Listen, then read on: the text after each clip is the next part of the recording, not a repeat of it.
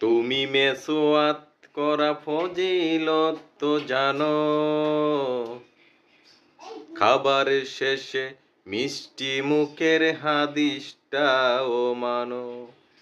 শুধু হক কথাটি উচ্চ সুরে বলতে পারো না, অন্যায় দেখে বিরোধ হয়ে জ্বলতে পারো না। শুধু হক কথাটি উচ্চ সুরে বলতে পারো না, অন্যায় দেখে বারুদ হয়ে জ্বলতে পারো না। কেমন মুসলমান তুমি একটু ভাবো না, কেমন তোমার ঈমান একটু ভাবো না। কেমন মুসলমান তুমি একটু বলো না, কেমন তোমার ঈমান একটু ভাবো না।